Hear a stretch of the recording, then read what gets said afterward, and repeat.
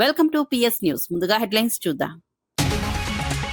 అస్వస్థతతో ఆసుపత్రిలో చేరిన AP governor Nazir కడుపు నొప్పితో దాడేపల్లి మణిపాల్ ఆసుపత్రికి తరలింపు. వైద్యుల పర్యవేక్షణలో గవర్నర్ ఆరోగ్యం స్థిరంగా ఉందని వ్యాఖ్య. గవర్నర్ త్వరగా కోలుకోవాలని నేతలు ప్రజలు ఆకాంక్ష. తెలంగాణ రాష్ట్ర సేన పేరుతో కొత్త పార్టీ ప్రకటించిన కవిత. మేడ్చల్ భవన్ లో పార్టీ పేరును అధికారికంగా ప్రకటించిన వైనం. రాష్ట్ర రాజకీయాల్లో కొత్త సమీకరణాలపై చర్చ. కొత్త పార్టీ ప్రభావంపై రాజకీయ వర్గాల్లో ఆసక్తి.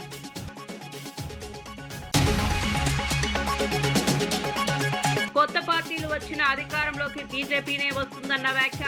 కవిత పార్టీపై బీజేపీ నేతల నుంచి తీవ్ర విమర్శలు. అవినీతి కోసం కొత్త పార్టీ పుట్టిందన్న ఆరోపణలు.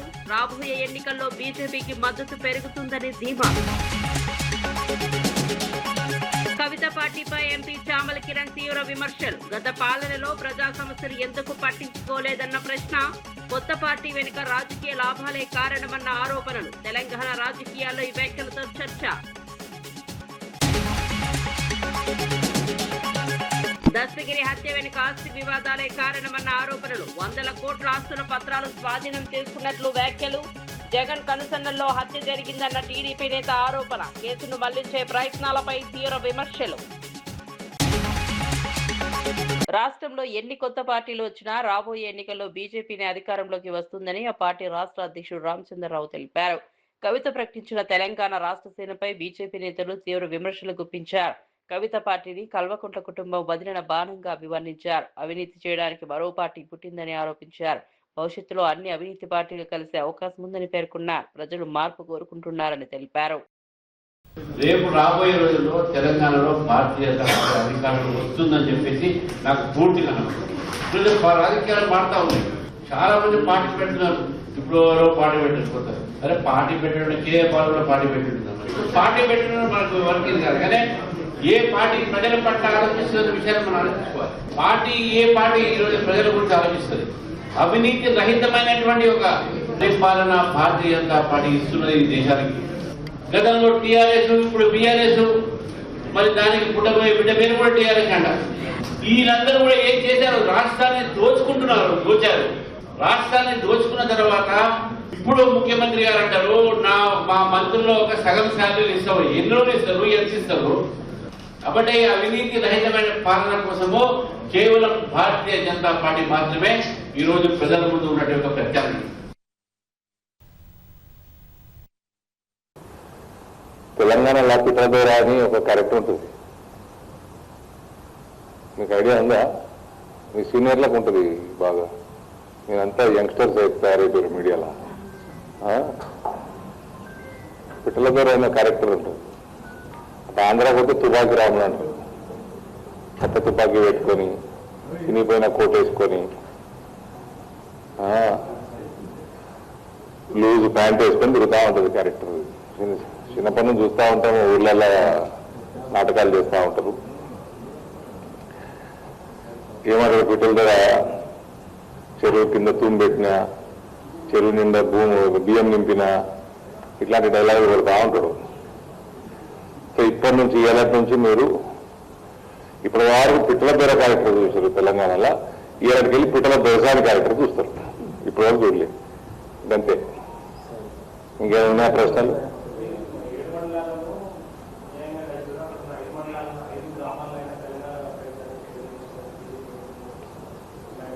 ఇక్కడ మండలాలు ఇలా ఏం చేసినట్ట? 10 ఏళ్ళు ఇలా ఏం చేసినట్ట?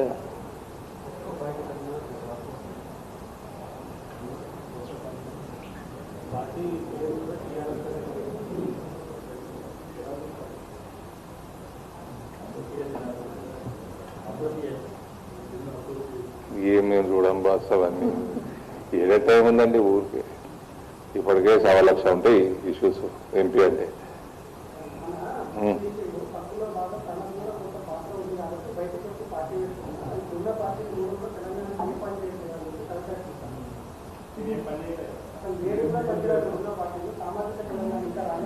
అందుకని మమ్మల్ని గెలిపించారు. ఆయన మీకు కవితలు తిట్టుకోవడం ఉందా, జోకులు చేయడం ఉందా? చెప్పండి. నేనైతే ఫస్ట్ నుంచి ఆయన గురించి ఎక్కువ మాట్లాడాలి. మీ అందరికి జోకులు చేయడం నచ్చుతుంది కదా. మీరే ఏమని బీజేపీ ఒడగొట్టింది ఆమెను పాపం. ఆమె రాజకీయ సమాధి బీజేపీ చేసింది. మరి ఆమె బాగా ఆమె కుట్టదు కదా. ఆమెకి ఇంకా టీఆర్ఎస్ హ్యాంగ్ ఓవర్ అయినట్టు లేదు. పేరు టీఆర్ఎస్ పెట్టుకున్నది. ఇంకా హ్యాంగ్ ఓవర్నే బతుకున్నట్టుంది.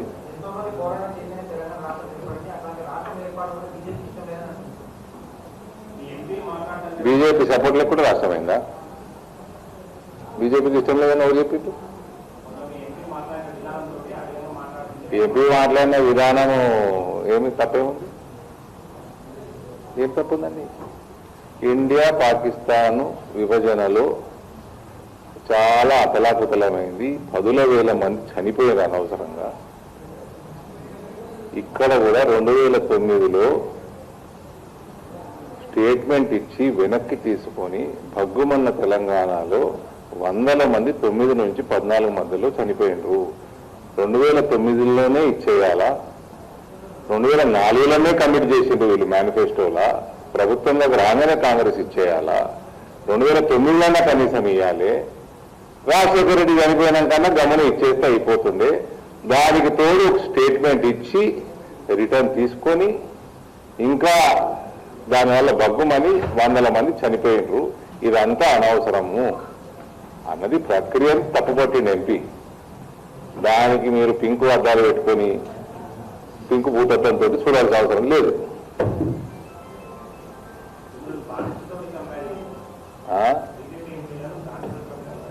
ఎవరికి? భారత మాతకి బానిసలంగా. ఓకే, లిక్కర్కి బానిసలం కాదు. అలా అయ్యే లెక్క ఆమె లెక్క.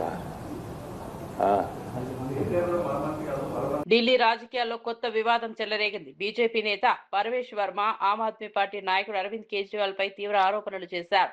కేజ్రీవాల్ జీవనశైలిపై విమర్శలు చేస్తూ పీష్ మహల్ 2 పేరుతో కొన్ని ఫోటోలు విడుదల చేశారు. సాధారణ ప్రజలు కష్టాల్లో ఉన్న సమయంలో విలాసవంతమైన జీవితం గడిపారని ఆరోపించారు.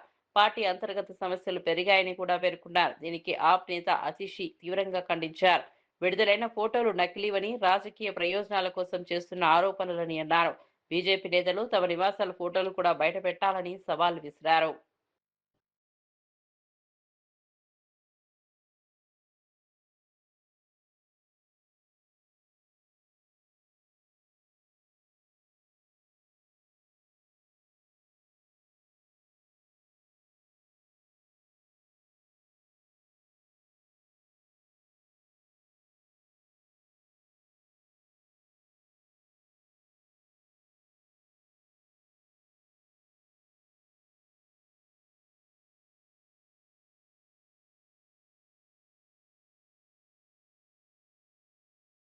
హైకోర్టు ఆదేశాల మేరకు జీహెచ్ఎంసీ అధికారులు ఫుట్పాత్ ఆక్రమణలపై కఠిన చర్యలు కొనసాగిస్తున్నారు.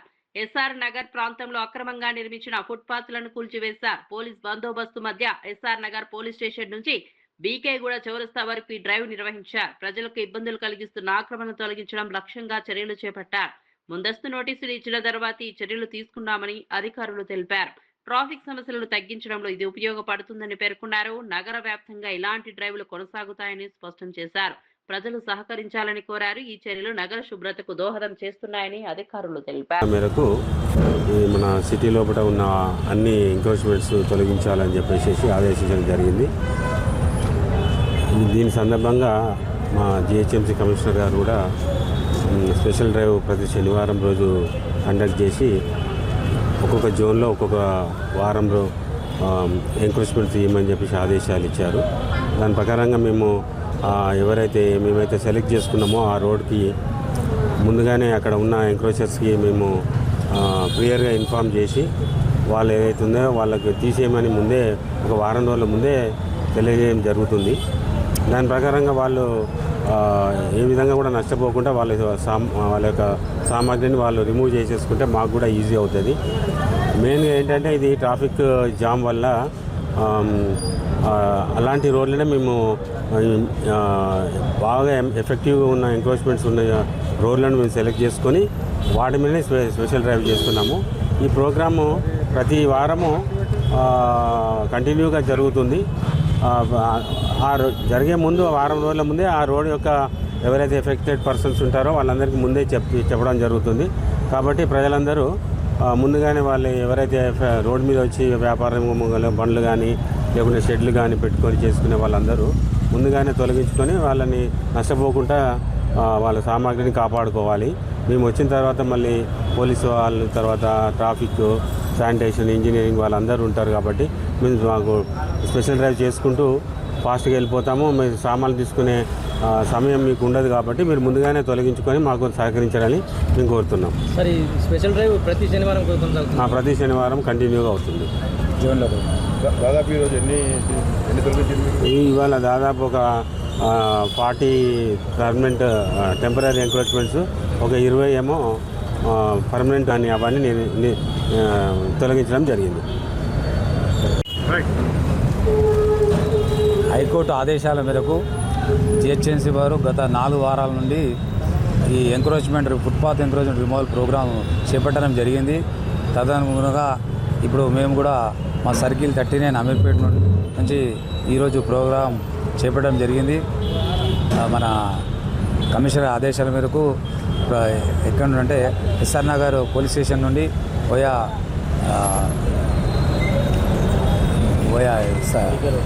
బీకే రోడ్ వరకు, సర్కిల్ ఆఫీస్ వరకు ఈ ఫుట్పాత్ మీద పర్మనెంట్ స్ట్రక్చర్స్ కానీ టెంపరీ స్ట్రక్చర్స్ కానీ రిమూవల్ ప్రోగ్రామ్ చేయమైంది.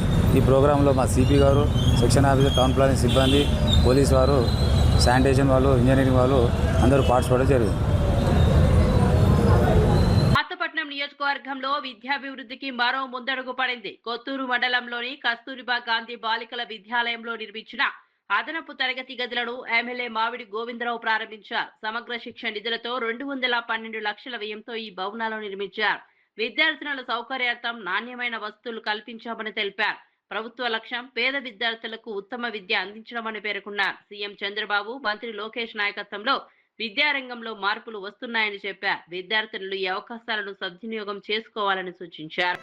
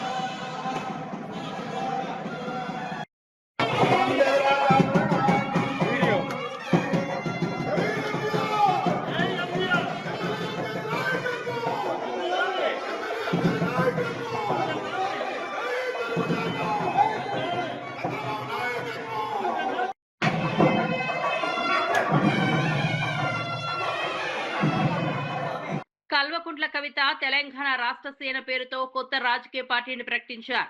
మేడ్చల్ జిల్లా మునీరాబాద్ లో జరిగిన భారీ సభలో పార్టీ పేరును అధికారికంగా వెల్లడించారు. ఈ ప్రకటనతో రాష్ట్ర రాజకీయాల్లో కొత్త చర్చ మొదలైంది. బీఆర్ఎస్ తర్వాత కవిత తీసుకున్న ఈ నిర్ణయం రాజకీయంగా కీలకంగా మారింది. కొత్త పార్టీ లక్ష్యాలు, విధానాలపై ఆసక్తి నెలకొంది. ప్రజల మద్దతు ఎంతవరకు లభిస్తుందో చూడాల్సి ఉంది. ఇతర రాజకీయ పార్టీలు కూడా ఈ పరిణామాలపై స్పందిస్తున్నాయి. తెలంగాణలో రాజకీయ సమీకరణాలు మారే అవకాశం ఉందని విశ్లేషకులు భావిస్తున్నారు. Aspirations which were remaining unfulfilled, we are here to take up that agenda. I very strongly believe that when a state develops, the union automatically progresses, and for the development of the states, certainly regional parties are very, very important. And in this nation, especially to uplift the middle class and the lower middle class, free health and education should be the way forward. That is going to be my core agenda. 5 core areas we have selected: health, education, especially farming sector and employment in general, and social justice. These will be the 5 main areas We are calling it Panchajanyam. Panchajanyam is the one that is going to drive us. You all know Panchajanyam is Lord Shri Krishna Shanka, and he fought against people who are not in the line of dharma. That is what I am going to do, whether it is my own people or other parties with whom the Telangana is now reeling under distress and pressure. We are going to fight with all of them, and we hope that people of Telangana will like us, will support us. In the last 11 months, without even having a political party, as an NGO, Telangana Jagruti has fought for every issue. We sat on the street, we solved a lot of issues, and we continuously plan to do so under the framework of the Constitution. We will work together for the progress of the state and the nation. Thank you. Jai Telangana. Sorry? Keeping the name TRS. Where is TRS? They have left TRS long time back. Now it is BRS. On BRS they have contested a state election. They have some MLAs right now. So TRS is available. It's a free name. I have put in my blood and sweat for TRS. I was a TRS MP. So we are reclaiming that name. If it was somebody else, it is a different story. But my blood, my sweat, my effort, my time with my kids, my time with my family was also invested for the development of TRS as a party. We fought tooth and nail in the Telangana movement as well. Now, if KCR ji's family decides to throw me out, it does not mean that I will stop working for the public. I will continue to do so, and I will reclaim the identity of Telangana, and TRS definitely was a driving force. We all were a part of it. I've named my party TRS. I got the permission from the Election Commission and will continue to do so. Will be contesting in 2028 elections? 100%. In all seats, from every constituency, we will contest. Even delimitation happens, we have candidates without delimitation also. We will contest every seat. Now, right now there will be local body elections, there will be GHMC elections. We will contest in all the elections. Ma'am, there was saffron in your logo. What does it mean? Does it mean BJP? No, there is no saffron. There is yellow, there is blue, there is green. Green is for farmers. Yellow is prosperity. Yellow is also for turmeric. As a woman, I'm very sentimental about turmeric. And blue basically is a representation of SC, ST, BC, minority, and people who work, the laborers, the working class, the hard-working people, the lower and middle class people. Blue represents all of them, including women. So that blue is for us, yellow is for prosperity of my state, and green is for the farmers of my state. My name is Telangana Rashtra Sena. Like soldiers, we will protect the identity of our state. Like soldiers, we will fight to keep the rights of our state. Thank you. Jai Telangana. Jai Telangana. Jai Telangana. Jai Bharat. We have launched a party called TRS today in Telangana. The party will have Telangana on its as its motherboard based on the Telangana identity. We will work for the empowerment of the Telangana people. Especially I believe that the middle class and the poor of Telangana spend almost 60% of their income on education and health. So when I come to power, I would like to give completely free health for anybody in the state and free education for poor and middle class families of Telangana. It is really important, and it is at the core of the development of the society. So those are the two main areas I want to focus on.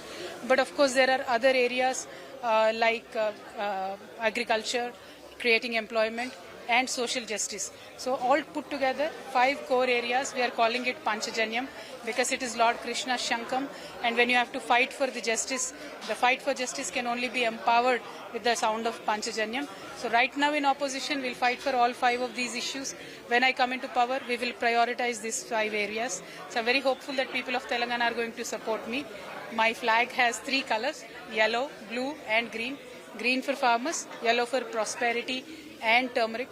Blue is for the hard-working people of the society, and also for the downtrodden, so-called downtrodden section of the society, be it the SC, ST, BC, minority, women, most of the ignored people in the society or sidelined people of the society will certainly find voice in my party. Thank you. Jai Telangana. Oh, thank you. Public certainly एक महिला को CM के तरीके से देखना चाहते हैं, and हम बहुत मेहनत करेंगे, लोगों के लिए काम करेंगे, and I'm sure we will come to power this election. Thank you. Jai Telangana.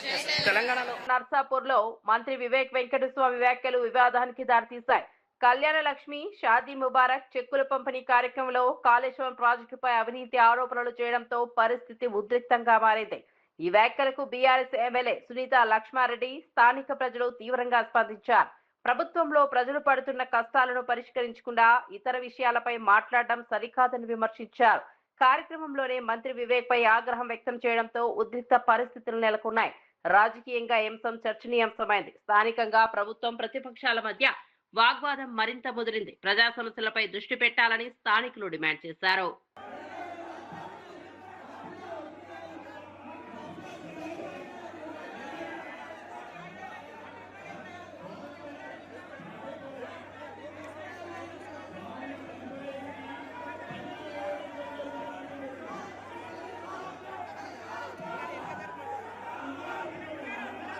MP Chamala Kiran Kumar Reddy కవిత ప్రారంభించిన తెలంగాణ రాష్ట్ర సేన పార్టీపై విమర్శలు చేశారు. పార్టీ స్థాపనకు అభినందనలు తెలిపిన గత పాలకులపై తీవ్రమైన ప్రశ్నలు లేవనెత్తారు. 2014 నుంచి 2023 వరకు ప్రజల అవసరాల కంటే వ్యక్తిగత ప్రయోజనాలకు ప్రాధాన్యం ఇచ్చారని కవిత స్వయంగా ఒప్పుకున్నారని పేర్కొన్నారు. 2016లోనే పార్టీ ఏర్పాట్లు చేసి ప్రజల్లో అవగాహన కల్పించి ఉంటే మద్దతు లభించేదని వ్యాఖ్యానించారు. ఇప్పుడు పార్టీ పెట్టడం వెనుక రాజకీయ లాభ నష్టాలే కారణమని విమర్శించారు. బీఆర్ఎస్ పాలనలో ప్రజా సమస్యలు ఎందుకు పట్టించుకోలేదని ప్రశ్నించారు. కేవలం జేబులు చూసి కాదు, కడుపు చూసి పరిపాలించాలని మీరు చెప్పిన అంశాన్ని తెలంగాణ ప్రజలు ఈరోజు విన్నరు. వినడమే కాదు, గత 10 సంవత్సరాలు 2014 నుంచి 23 దాకా మీరు మీ కుటుంబం కేవలం జేబులు చూసే పరిపాలించినట్టుగా, కడుపు చూసో కష్టాలు చూసో పరిపాలించలేదని మీరే ఒప్పుకుర్రు. ఈరోజు కవిత గారు, నాది ఒకటే ఒక విషయం, ఆ రోజు కూడా టీఆర్ఎస్ పార్టీయే, ఈ రోజు కూడా టీఆర్ఎస్ పార్టీయే మీరు పెట్టేది. అప్పుడున్న టీఆర్ఎస్ పార్టీ కూడా నీళ్లు నిధులు నియామకాల నినాదంతో తెలంగాణ ప్రజలకు నువ్వు ఈరోజు చెప్పిన ముచ్చటే మీ నాయన చెప్పి అధికారంలోకి వచ్చారు. అధికారంలోకి వచ్చిన తర్వాత ఆ పనులు చేస్తలేదని మీరు అప్పటికే తెలంగాణ జాగృతి పెట్టురు. మీరు 2016లోనే కనుక ఇదే విధంగా బయటకు వచ్చి ఇదే తెలంగాణ రాష్ట్ర సేన పెట్టుండి తెలంగాణ ప్రజల్ని జాగృతి చేసి ఉంటే బ్రహ్మాండంగా మిమ్మల్ని ఆదరించేవాళ్ళు. ఎందుకంటే ఈ తెలంగాణ ఇట్లా దోసుకోబడేది కాదు, ఈ తెలంగాణ నిధులు ఆవిరయ్యేటి కావు, మిగులు రాష్ట్రంగా ఉన్న తెలంగాణ రాష్ట్రం అప్పుల రాష్ట్రం అయ్యేది కాదు. కానీ 10 ఏళ్ళు ఏ రోజు కూడా మీరు నిమ్మకు నీరెత్తినట్టుగా ఉర్రు, దాచుకున్న దాన్ని పంచుకుందామన్న ఆలోచనలో మీకు ఏదో తేడాలు వచ్చినాయని చెప్పి తెలంగాణ సమాజం అనుకుంటుంది ఈరోజు. ఎందుకు మీరు 10 ఏళ్ళు ఒక్కరోజు కూడా ఇదే విషయాన్ని రోడ్డు మీదకి ఎక్కలేదు? మీరు ఒక జాగృతి పెట్టిర్రు, మీకు ఒక మంచి ఆలోచన ఉన్న నాయకురాలుగా ఎదగాలనుకొని మీరు ఉన్నప్పుడు ఆ యొక్క కుటుంబంలో, ఆ యొక్క కుటుంబ పాలనలో 10 ఏళ్ళు ఎలా గడిపిర్రు? మరే అప్పుడు గుర్తుకు రాలేదా ఈ ప్రజలు, ఈ ప్రజా సమస్యలు? అప్పుడు గుర్తుకు రాలేదా ఈ విద్య, వైద్యం, వ్యవసాయం, ఉపాధి, సామాజిక న్యాయం? ఈరోజు వచ్చి మీరు రాజ్యాధికారం కావాలని చెప్పి మీ అంతలో మీరే సీఎం అనిపించుకొని మీరంతలో మీదే థ్యాంక్ యూ చెప్తున్నారు. మీరు ఏం చెప్పాలనుకుంటున్నారు? ఇప్పుడున్న ముఖ్యమంత్రి ప్రజాపాలన అందిస్తున్నటువంటి ప్రజానాయకుడు రేవంత్ రెడ్డి గారిని కర్కూటకుడని, హిట్లర్ అని చెప్తే మీకు మార్కులు పడతాయి అనుకుంటుర్రా? 10 ఏళ్ళు దండుకొని 2.5 సంవత్సరాల అధికారంలో ఉండి మీరు చెప్పేటువంటి విద్య విషయంలో ఇంటిగ్రేటెడ్ స్కూల్స్ పెట్టి 200 కోట్లు ఖర్చు పెట్టి ప్రతి నియోజకవర్గం కడుతున్నందుక? వైద్యం విషయంలో సీఎం రిలీఫ్ ఫండ్లు వీలైనంత మటుకు వారం 10 రోజులలో డెలివరీ చేస్తూ చాలా హాస్పిటల్స్లో ఉచిత వైద్యం అందిస్తున్నందుక, ఇంకా ప్రయత్నం చేస్తున్నందుక?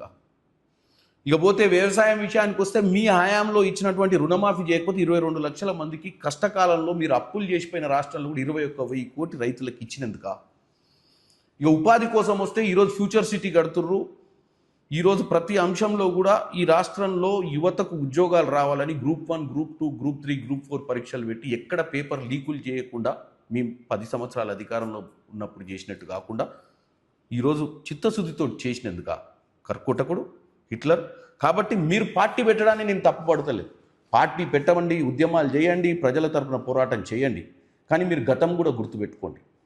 గతంలో మీ తండ్రి గారు కొత్తగా పార్టీ పెట్టినప్పుడు నా కోరిక కేవలం తెలంగాణ కోసమే, నీళ్లు నిధులు నియామకాలే, నా కుటుంబంలో నా కొడుకు కానీ నా బిడ్డ కానీ అమెరికాలో నాకు కానీ ఎవరికి ముఖ్యమంత్రి వద్దు, ఒక దళితుడిని ముఖ్యమంత్రి చేస్తా అని చెప్పొచ్చిండు. కానీ ఈరోజు నేనే ముఖ్యమంత్రి అవుతా అని చెప్పుకొని వస్తారు. ఎలా నమ్ముతారు తెలంగాణ? మరిన్ని అప్డేట్స్ కోసం చూస్తూనే ఉండండి